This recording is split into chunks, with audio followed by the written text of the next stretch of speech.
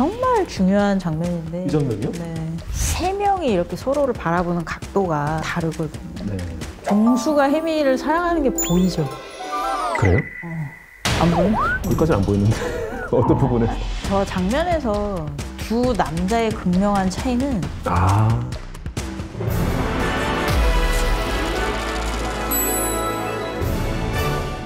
지선 시네마인드, 이분이 없으면 있을 수가 없는 콘텐츠죠. 박지선 교수님과 함께합니다. 어서 오세요. 안녕하세요. 네, 교수님은 영화를 보실 때 어떤 스타일이에요? 한 번 본 영화를 계속 반복적으로 보시는지 아니면 뭐 새로운 영화를 계속 보시는지? 저는 영화를 반복적으로 보죠. 기본적으로 그래요? 이제 2번씩 보고. 저는 사실 한 번 본 영화는 다시는 잘 보지 않거든요. 네, 근데 오늘 볼 이 영화는 제가 무려 4번을 보고 또 본 그런 영화입니다. 볼 때마다 좀 뭔가 이야기가 새롭게 보이고 그런 영화였거든요. 교수님은 그 오늘 상영작 몇 번 정도 보셨어요? 6번 정도 본 것 같은데 6번. 한 번 보고 네.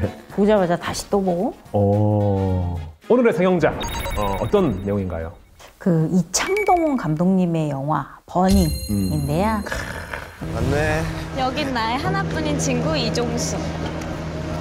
벤이라고 합니다. 혹시 혜미하고 연락되세요? 혜미는 그냥 연기처럼 사라졌어.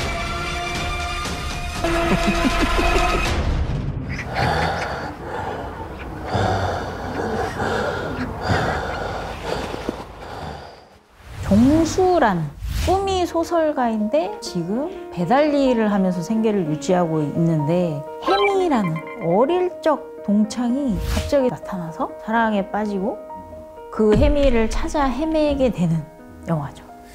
이 영화의 또 핵심적인 인물, 또 벤을 빼놓을 수 없잖아요. 여기서 베이스를 느껴야 되는. 여기서 베이스를 느껴야 돼요. 혜미가 아프리카 여행에서 만난 어떻게 보면 정체불명의 남자죠. 어마어마한 부자인 것 같은데 직업은 잘 모르겠고 이상한 취미까지 갖고 있는. 근데 오늘 갑자기 혜미가 사라져버리죠. 그리고 종수는 벤을 의심하게 되는 뭐 그런 내용인데 이 이야기에 숨겨진 진실이 무엇일지 오늘 같이 얘기를 해보면 좋겠습니다. 지선 시네마인드만의 버닝 그 감상 포인트가 있다면 어떤 게 있을까요? 그게 2가지가 있는데요. 첫 번째로 이 혜미가 이제 아프리카에 가게 되는 이유가 되기도 하는데 그레이트 헝거와 리틀 헝거의 의미가 도대체 뭘지. 저도 궁금해요.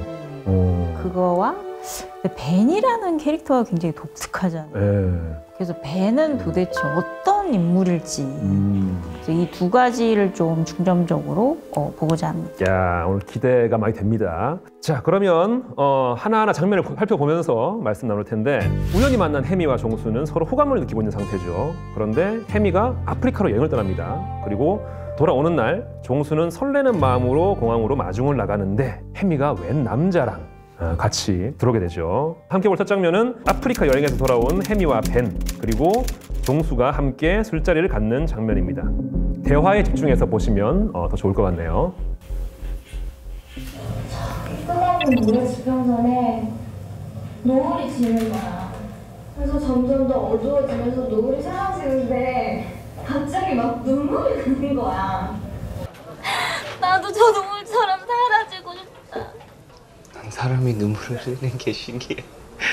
왜냐면 난 눈물을 흘리고 울어본 적이 없거든. 혹시 무슨 일 하시는지 물어봐도 돼요? 간단히 말하면 그냥 노는 거예요.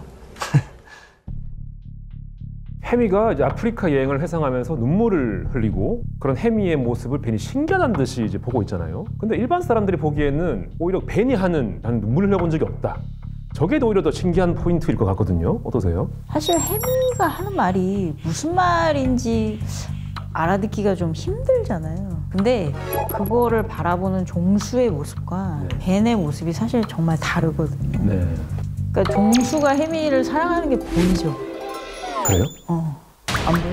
거기까지는 안 보이는데 어떤 부분에서? 그러니까 저 장면에서 두 남자의 극명한 차이는 종수는 혜미의 얘기를 듣고 있고 벤은 보고 있다는 거죠. 그러니까 뒷모습만 나오지만 종수는 입을 살짝 벌리고 혜미가 하는 얘기를 들으면서 이해하려고 애쓰는 그걸 느끼려고 하거든요. 공감하려고.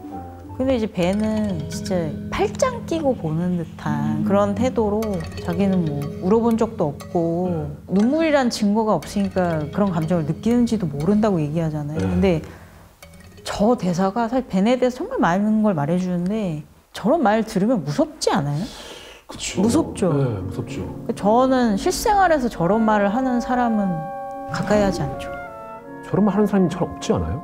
그러니까 그게 문제인데 저런 말을 실제로 했을 때 사람들이 이상하거나 무섭게 느낀다라는 거를 모르니까 이제 저런 얘기를 하는 거잖아요. 네. 친구가 없는 거예요. 아, 그래요? 뒤에 보면 친구들 많이 나오잖아요. 그 친구가 어느 정도의 피상적인 친구인지, 그러니까 진짜 친구는 너 사람들 앞에서 그런 얘기는 안 하는 게 좋겠다라든지 이렇게 얘기를 사실 그런 말 하기가 어렵잖아요. 아주 진짜 친구가 아니면. 살생 안 한 것 같아요, 보니까. 안 한 거예요. 놀고 있는 것 같아요. 그래서 해미를 대하는 두 사람의 태도 차이와 벤의 어떤 무심한 성격이 아주 섬찟하게 드러나는 장면이죠. 이 한 장면에서 오, 교수님은 한 장면에서 많은 걸 보시네요. 저는 정수가 이제 해미를 바라보는 모습은 사실 잘 못 봤거든요. 해미를 주로 제가 보느라고. 그러니까 영화를 여러 번 본다는 거는 주로 대사를 말하는 사람을 보게 되잖아요. 근데 대사 말하는 사람 말고 옆에서도 사실 연기를 하고 있잖아요. 그걸 보면은 그게 이제 보이죠. 아, 그렇구나. 아, 근데 보면 벤은 진짜 직업도 잘 모르겠어요. 그냥 뭐 이것저것 해요. 뭐 이러고 있고. 뭐 간단히 말하면 노는 사람 같거든요. 반면에 종수는 최선을 다해서 아르바이트를 하면서 또 생계를 유지하고 있고. 바로 요 다음 장면에서 벤의 포르쉐랑 그 종수의 그 트럭에서 대비가 되더라고요. 제가 굉장히 가슴 아파하는 장면 중에 하나예요. 해미가 누구 차를 타고 가느냐인데 사실 종수 차를 타고 가는 게 맞죠. 그쵸. 종수가 픽업하러 오래서 온 거잖아요, 지금. 근데 그 장면에서 종수가 저 차 타고 가라. 아, 맞아. 그러면서 해미 짐이 원래 트럭에 있었어요. 근데 그걸 자기가 빼줘요. 거기서 스스로 되게 작다고 느낀 것 같아요, 종수가. 근데 그러지 않았으면 좋았을 텐데. 맞아요. 아, 안타까웠어요. 진짜. 당연히 해미랑 같이 가야죠. 같이 가야죠. 우선 해미가 공항 부를 때는 벤을 안 불렀어야 돼요. 그러니까 이제 짜증이 폭발하는 시점이 해미가 나왔으니까 이제 가려고 하는데 갑자기 벤이 나오잖아요.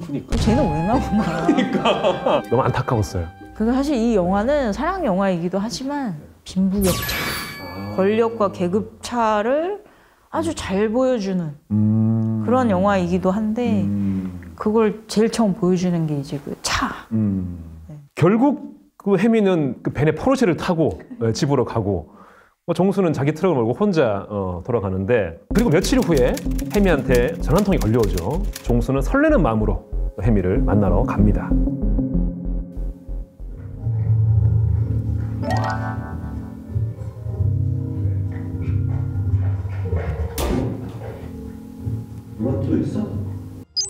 아니 오빠가 자꾸 너 먼저 부르재. 찾는데 힘 안 들었어요. 야, 오빠가 나 손금 봐주고 있었어. 에미한테는 마음에 돌이 있어. 그것 때문에 마음에 드는 남자 만나도 좋다 소리 못하고. 그럼 어떻게 하면 돼요? 손을 잡아봐. 이제 손을 펴봐. 저기서 일부러 주워온 거야? 왜? 재밌잖아. 재미만 있으면 나 뭐든지 해. 근데 보면은 벤의 성격이 겉으로 번지르르한 언변만 뛰어난 스타일인데 저런 걸 피상적 매력이라고 해서 실체가 없고 하는 말에도 어떤 뭐 진심이나 의미나 이런 게 있는 건지 없는 건지 잘 모르겠는. 근데 일단 듣기는 좋은 그런 대사를 또 계속 하고 잘 찾아왔어요 물어보잖아요 벤이. 네. 찾는데 힘 안 들었어요. 그게 무슨 뜻인 것 같아요? 너 이런 데 처음 와봤지? 이런 뜻이. 약간 무시하는 듯한 무시하는 그런. 거예요. 예. 너 이런 데 처음 와봤는데 뭐 잘 찾아올 수 있겠니? 뭐 약간 이런. 그렇지만 대놓고 무시하지 않죠. 근데 여기서 보면 운 적은 없다고 했던 벤인데 웃는 건 상당히 많이 나와요. 계속 킥킥대며 웃고 있어요. 벤이 웃을 때 이거 왜 웃는 건가 싶은 포인트들이 있어요. 맞아요. 영화를 보다 보면. 웃긴 상황이 아닌데. 그러니까 벤이 재밌다고 하는 것과 일반 사람들이 재밌다고 하는 게 다른 거죠. 그러니까 철저하게 혜미를 대상으로 보죠. 신기하네. 다르네 이 뜻이에요. 정수도 좀 그런 식으로 보고 있는 건가요? 굳이 정수를 불러서 혜미랑 있는데. 그러니까 재밌다라는 게 종수가 혜미한테 감정이 있다라는 거를 벤이 전혀 못 느꼈을까요? 그렇진 않겠죠. 느꼈을 것 같아요. 일반적인 사람 같은 경우는 오히려 내가 좀 미안하거나 그냥 안 보거나 근데 일부러 부르잖아요. 그게 재밌구나. 재밌는 거죠. 너 얘 진짜 좋아하는구나. 손금 봐주면서도 걔 정수 잠시 보더라고 이렇게 반응을. 서로 계속 쳐다봐요. 그런데 혜미도 그 손금 봐줄 때 벤이 마음에 있는 돌 때문에 좋아하는 사람한테 좋아한다고 말하지 못한다 이 얘기를 하니까 혜미도 그때 살짝 종수를 보거든요. 그렇죠. 요거는 어떤 의미예요? 그러니까 저도 이게 제가 보고 싶은 걸 보는 걸 수도 있는데 영화의 처음이 혜미가 종수를 알아본 거잖아요. 그렇죠. 그리고 끝나고 같이 뭐 술 먹으러 가자 다 혜미가 종수한테 마음이 없지 않죠. 그렇죠. 없지 않은데 벤한테도 지금 관심이 없다고도 볼 수 없죠. 그렇죠. 근데 지금 둘 다 하고 확실한 관계가 아니잖아요. 그렇죠. 거기에 대해서 얘기한 적도 없고. 그래서 그 슬쩍 보는 장면이 아마 그러니까 두 사람한테 다 흔들리는 그거를 표현한 게 아닐까. 그러고 나서 벤이 파스타를 만들어 주겠다고 하면서 혜미와 정수를 자기 집으로 초대를 합니다. 여기서 또 어떤 일이 벌어질지 계속해서 함께 보시죠. 솜씨가 장난이 아니네. 난 요리 잘하는 사람이 부럽더라. 내가 요리를 좋아하는 건 내가 생각하고 원하는 걸 내 마음대로 만들어낼 수 있어서요. 그리고 더 좋은 것은 내가 그거 먹어버린다는 거지. 인간이 신에게 재물을 바치듯이. 먹는 음식을 재물에다 비유를 하고 있잖아요. 저런 생각도 흔히 할 수 있는 생각은 아니잖아요. 사실 벤의 대사가 들을수록 섬찟함이 많은데 음식을 만들어서 뭐 신한테 재물을 바치듯이 자기가 그걸 만들고 그걸 내가 먹는다. 제 생각의 포인트는 자기 스스로를 신에 비유한다는 거예요. 벤이 하는 얘기가 내가 음식 만드는 걸 좋아하는 이유가 내 마음대로 뭔가를 만들 수 있어서 내 마음대로 할 수 있어서 이렇게 얘기하는데 세상에서 내 노력만으로 절대 안 되는 게 대인관계잖아요. 네, 그렇죠. 그리고 또 뭐 이성관계? 그럼 이 사람이 대인관계에서 얼마나 실패나 좌절 같은 걸 경험해봤을까? 그런 경험이 없다는 거죠. 아, 그래요? 나한테 그 정도의 좌절감이나 그걸 줄 만한. 그래서 앞에 나왔던 뭐 난 눈물을 안 흘린다고 뭐 이런 이어지는 얘기네요. 친구가 없어. 뭐 정상적이진 않아요. 쉽게 할 수 있는 말은 아니에요. 그러니까요. 감독님도 의도를 하신 게 그 얘기를 할 때 종수가 이렇게 보잖아요. 벤을. 근데 위험하다고 느끼지 않았을까요? 벤 옆에 혜미가 있으면 안 된다. 느꼈을 것 같아요. 그랬을 것 같아요.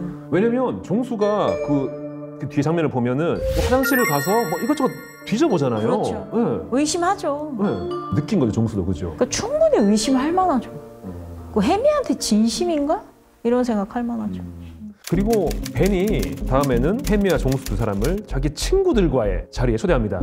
교수님이 그 벤이 친구가 없다 그랬는데 친구가 있어요. 이 장면 같이 보시죠. 구시맨들은 반에 모닥불을 이렇게 피워놓고 둥그렇게 서서 춤을 춰요. 아주 옛날부터 그렇게 춤을 췄대요. 이건 리틀런거의 춤이에요. 배가 고픈 사람의 춤. 점점 두 팔이 위로 올라가면서 하늘을 향해요. 이게 그레이트 언거의 춤이에요. 그럼 제가 한번 해볼게요.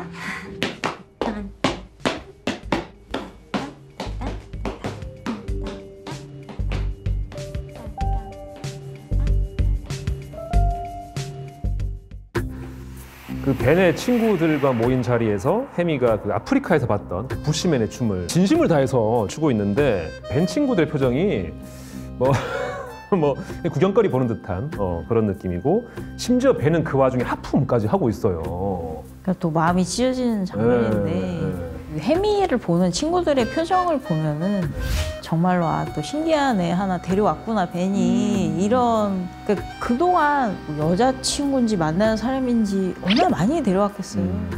그렇게 느껴져요. 근데 혜미는 완전 정말 진심이에요. 벤이 정말 혜미를 사랑하면 혜미를 동경의 눈으로 바라보거나 같이 추거나 아니면 친구들이 팔짱 끼고 그런 태도를 보이고 있으면 그만하게 하거나 화를 내면서. 그렇죠. 근데 사실 관심이 없고 재미없다 이거지. 지루하다. 네. 대상으로 보고 있다. 네. 근데 영화 보면 그레이트 헝거, 리틀 헝거가 반복적으로 나오거든요. 네. 이게 어떤 의미를 가지는 거예요? 리틀 헝거라는 거는 우리 주변에 어떻게 보면 늘 있는 거죠. 뭐에 대해서 부족함을 느끼거나 열망을 느끼거나 뭐 이런. 근데 그레이트 헝거라는 거는 뭐에 대한 굶주림이냐, 삶의 의미에 대해서. 그러니까 종수가 하루하루 생계를 위해서 사는 건 리틀 헝거라고 볼 수 있지만 소설가라는 꿈을 그래도 놓지 않고 있는 거. 그리고 처음으로 이제 사랑을 느끼게 된 거. 그런 것들은 그레이트 헝거와 관련이 있죠. 그러면 종수와 혜미는 리틀 헝거지만 또 그레이트 헝거를 꿈꾸는 사람? 그러니까 그레이트 헝거를 추구하는 사람은 혜미고 종수도 그레이트 헝거를 추구하지만 현실적으로 어려움에 부딪힌 사람? 리틀 헝거와 그레이트 헝거의 관점으로 보자면 벤은 뭐 이도저도 아닌 거네요. 헝거가 없는 거죠. 일단 헝거가 아니니까. 벤 같은 경우는 너무 풍족해서 꿈이 없는, 뭘 해도 재미가 없으니까 재밌는 걸 찾으려고 신기한 걸 찾는, 헝거와는 완전히 의미가 다르죠. 네. 영화 이제 중반으로 가는데요. 종수는 다시 일상으로 돌아가고 혜미한테서 전화가 걸려옵니다. 벤과 함께 지금 종순회로 가고 있다라고 말하는데 종순회에서 만난 세 사람 어떤 일이 벌어질지 이어서 함께 보실까요? 난 가끔 비닐하우스를 태워요. 뭐라고요? 가끔 비닐하우스를 태운다고요. 난 비닐하우스를 태우는 취미가 있어요. 쓸모없고 지저분해서 눈에 거슬리는 비닐하우스들. 걔네들은 다 내가 태워주기를 기다리는 것 같아요. 그게 쓸모없고 불필요한 건지는 형이 판단하는 건가요? 난 판단 같은 거 하지 않아요. 그냥 받아들이는 거지. 오랜만에 태우는 재미가 있을 것 같아요. 정말 중요한 장면이 나왔습니다. 벤이 비닐하우스를 태우는 취미가 있다라고 얘기하는데 비닐하우스를 태우는 것도 이상하지만 그게 취미라고 얘기를 하고 있거든요. 그러니까 비닐하우스를 태운다라는 자체는 은유일 수가 있는데 그 행위가 실제 어떤 행위를 가리키는 것인가와는 관계없이 실제로 저런 행동을 오래 한 것 같아요. 저게 어떤 행동인지 모르겠지만. 왜냐면 오랜만에 태우는 재미가 있을 것 같다고. 그 말 자체가 상당히 오래 해왔는데 그동안 재미가 없었다는 거잖아요. 그러니까 만약에 진짜 해본 적이 없는 행동이면 그렇게 말하기 힘들죠. 벤이 말하는 걸 보면 되게 모호해요. 말이 점점 갈수록 이해하기 어려운 말들이 나오면서 진실을 얘기하는 건지 농담을 하는 건지 좀 애매해지는 부분도 있는데 그래서 이 벤의 말을 보면서 얘기를 나누기 위해서 대사를 정리를 해왔거든요. 네, 이 부분이거든요. 제 생각에 여기서 제일 중요한 단어는 판단인데 그러니까 자기가 태우는데 저기 표현이 쓸모없고 지저분해서 눈에 거슬리는 이렇게 묘사하잖아요. 쓸모없고 버려졌다고 벤이 생각하는, 벤이 판단하는 어떤 대상을 사라지게 한다. 이게 중요한 포인트라고 생각해요. 근데 저기서 종수가 던지는 질문이 진짜 중요한 거예요. 누구 마음대로 그게 쓸모없고 지저분하고 불필요한 거냐라고 이제 묻고 있잖아요. 그랬더니 내가 판단한다라고 하지 않죠. 홍수가 나고 비가 오고 그러면 사람이 떠내려 갈 뿐이지 자연이 판단을 하냐. 본인을 신에 또 비유하고 있죠. 비닐하우스가 뭐 쓸모없고 이거를 내가 판단하는 게 아니고 걔네들은 내가 와주기를, 태워주기를 기다린다 이런 식으로. 이렇게 정말 무서운 말이에요. 저 오만함. 그게 혜미일 수도 있고 뭐 혜미일 수도 있고 또 아닐 수도 있고 아닐 수도 있고. 그러게요. 들었을 때는 그렇게 잘 못 느꼈거든요.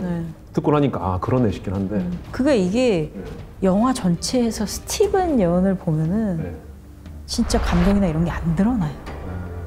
안 드러나는데 중요한 건 뭐냐면 대놓고 사이코패스가 아니에요. 그러니까 뭐냐면 놀라운 장면들 몇 개가 있는데 저렇게 뭐 눈물도 안 흘린다, 감정도 없을 것 같은 사람인데 처음 공항에서 이렇게 갈 때 차 안에서 벤이 되게 다정하게 누구랑 통화하는 네. 장면. 그게 이제 본인 어머니거든요. 나중에 보면은. 그리고 가족들하고 너무나 화목하게 또 갤러리에서 식사하는. 그러니까 일상생활에서 아무 지장이 없다는 거예요. 벤은. 근데 어떻게 보면 정말 사람들이 무서워하는 사이코패스는 내 주변에 있는데 모르는 거. 그게 진짜 공포잖아요. 맞아요. 잘 표현했어요. 스티븐 연 네. 그런 네. 캐릭터를. 그런데 이날 이후에 해미가 말도 없이 연락이 두절됩니다. 사라진 해미를 찾아 헤매던 종수는 벤을 의심하게 되고 벤의 뒤를 쫓기 시작합니다.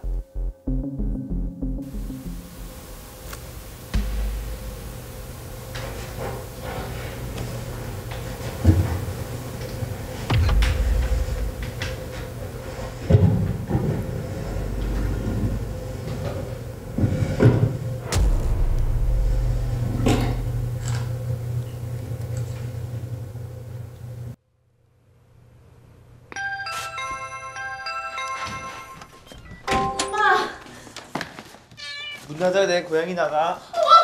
고양이 나갔어요. 미안해요. 나비야.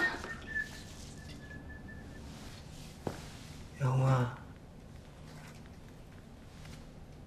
고양아. 보이라. 어떻게 이렇게 쉽게 잡았지? 엄청 날쌔는데? 그 종수가 벤의 뒤를 밟다가 좀 허술하게 밟아가지고 들킵니다.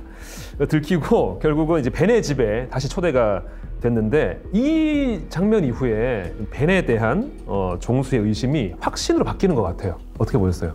저기서 저게 해미의 고향인가? 뭐 이런 의심을 하잖아요. 네.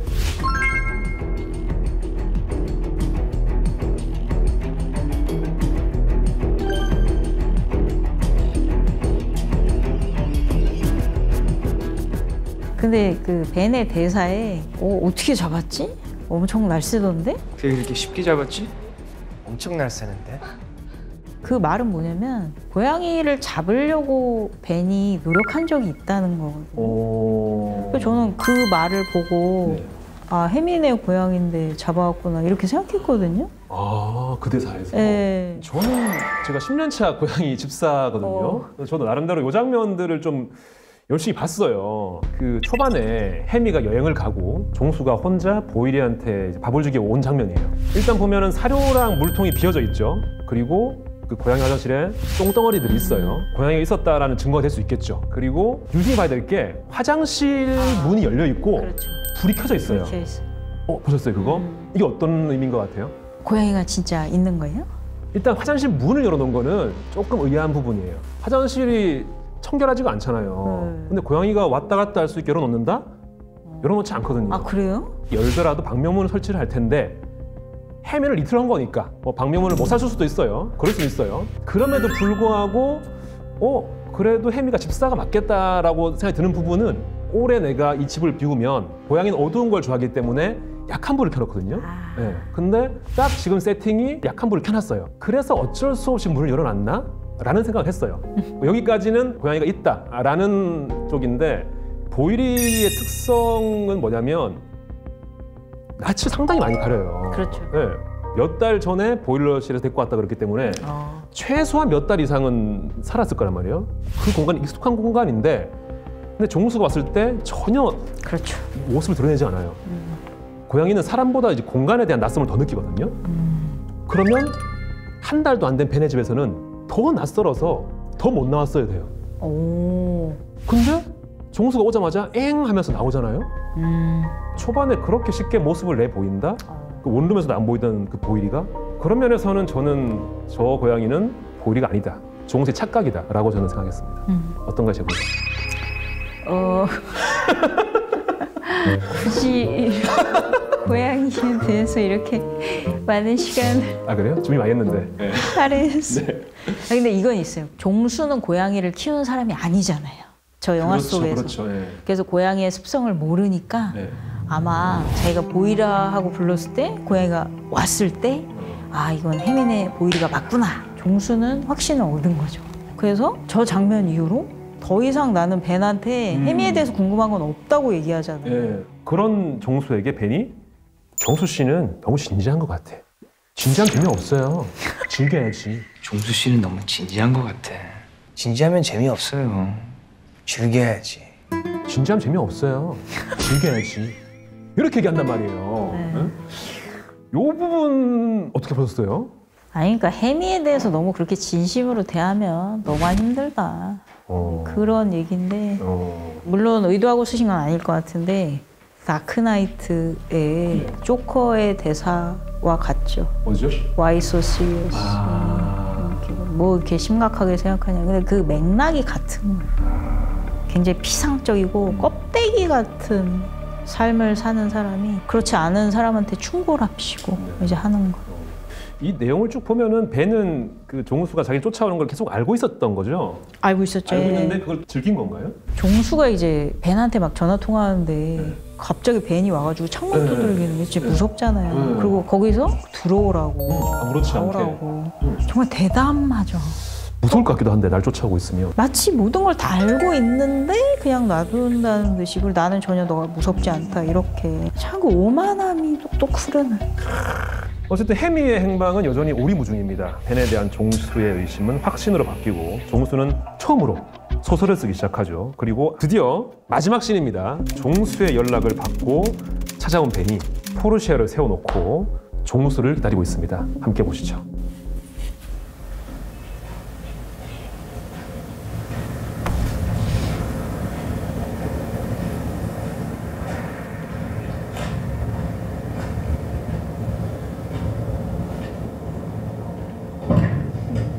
종수 씨, 여기 비닐하우스 참 많네요. 혜미는 어디 있어요?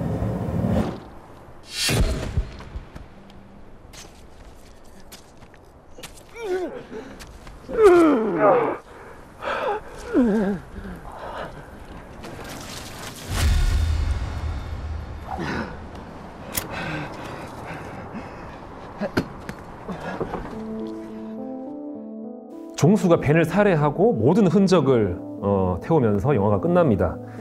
종수가 벌인 살인 어떻게 봐야 될까요? 저 장면도 메타포라고 이제 생각을 하는데 벤에 대해서 저는 전혀 감정이나 분노에서 나온 살인은 아니라고 생각해요. 그러니까 아예 살인이라고 보지 않아요. 저 행위 자체를. 상징적인 장면이다. 네, 항상 어떻게 보면 벤이 위에 있고 종수는 좀 아래에 있는 것 같은 그런 느낌이 있었는데 여기서는 완전히 관계가 전복돼서 종수의 행동에 벤은 아무런 사실 저항도 하지 못하는. 근데 저는 너무 인상적인 게 그때 벤의 표정이거든요. 네. 그 칼에 찔릴 때 참 표정이 정말 애매한데 맞아요, 애매해요. 저는 오히려 지금 벤이 행복을 느끼지 않을까 그런 생각도 했거든요. 약간 뭐 그런 느낌이 들었어요. 희열을. 그러니까 저거를 보면서 과연 그 벤이 저 상황에서 종수를 어떤 두려운 존재로 봤을까 아니면 재밌는 것도 없고 치열하게 이룰 것도 없는 그런 벤의 인생에서 진짜 삶의 의미로 다가온 누군가가 없어진 이 시점에서 자기한테 저렇게 달려드는 그런 종수를 보면서 벤이 처음으로 뭔가 살아있다고 느끼지 않았을까. 맞아요. 어쨌든 이 장면에서 뭐 살인 자체가 중요하다고 보진 않으시는 거네요. 그냥 이 영화에서 말하고자 하는 게 담겨 있는 그런 장면. 저는 이제 영화를 여러 번 보고 나니까 이 버닝이라는 의미가 벤이 종수의 마음을 계속 버닝한 거 아닌가.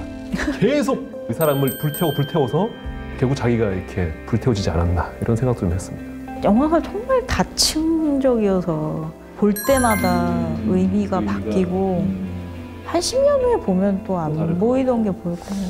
그래서 이 영화를 보고 나서도 여러 해석이 나뉘는데 크게 세 가지 해석이 있더라고요. 첫 번째는 벤이 혜미를 살해해서 혜미가 사라진 거다. 이를 알게 된 종수가 벤을 살인한 거다. 두 번째는 혜미는 종수에게 실망해서 스스로 떠났고 종수는 벤을 오해하고 살인한 거다. 마지막 세 번째는 종수가 처음으로 소설을 쓰기 시작한 장면 이후의 모든 씬은 종수가 쓰는 소설 속 이야기다. 교수님은 어떻게 보셨어요? 제 생각에 벤이 뭐 혜미를 살해했다. 이건 전혀 이 영화의 의도가 아닌 것 같아요. 이 시대 젊은이들을 그린 영화인데 이 시대의 키워드 중에 하나가 불확실성이거든요. 있는 건지 없는 건지 모르겠는. 종수가 혜미를 사랑했던 게 맞나? 뭐 벤이 혜미한테 감정이 있는 게 맞나? 그러니까 실제하는지 아닌지를 생각하게 만드는 부분들이 많아요, 이 많죠. 영화 안에. 맞아. 그 혜미 초반의 대사 중에 여기 그 혜미 집, 혜미 방 빛이 하루에 딱 한 번 들어온다고 그 대사가 나와요. 그리고 종수가 혜미네 집에 갈 때마다 그 빛을 보거든요. 맞아요. 그러니까 혜미가 종수의 인생에 처음 들어온 빛인데 그걸 벤이 앗아간. 그래서 종수의 입장에서는 벤한테 저런 자기는 정당한 일을 했다고 생각하겠죠. 또 매번 볼 때마다 다 바뀔 것 같아요. 이게 나중에 보면 또 다르게 해석될 것 같기도 하고. 직접 버닝을 보시기를 권해요. 그 정도로 이 영화가 정말 시 같은 영화라는 거 이걸 좀 같이 좀 느끼셨으면 좋겠어요. 네. 이 시간을 되게 기대했거든요. 마지막으로 버닝을 보는 지선의 시선 들어보겠습니다. 제가 이 영화에서 가장 중요하다고 생각한 장면이 있거든요. 아, 그래요? 정말 가슴에 박힌 장면? 그 장면이 나오잖아요. 종수가 물류센터에 이제 일하러 가서 네네. 아마 관리자겠죠. 사람이 왼쪽부터 번호로 얘기하라고. 그래서 1, 2, 3 이렇게 하는 걸 보고 종수가 거길 떠나요.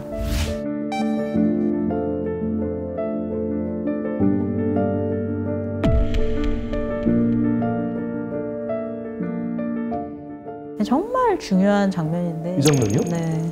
지금 하루하루 생계가 사실 종수는 굉장히 중요한, 그러니까 일을 해야 되는 상황인데도 사람을 사람으로 대하지 않고 숫자로, 번호로, 그러니까 사람으로서 내가 이런 대접을 받지 않겠다라고 종수가 떠나는 장면인데 제가 봤을 때 주제의식이 그 장면에 이제 들어가 있어요.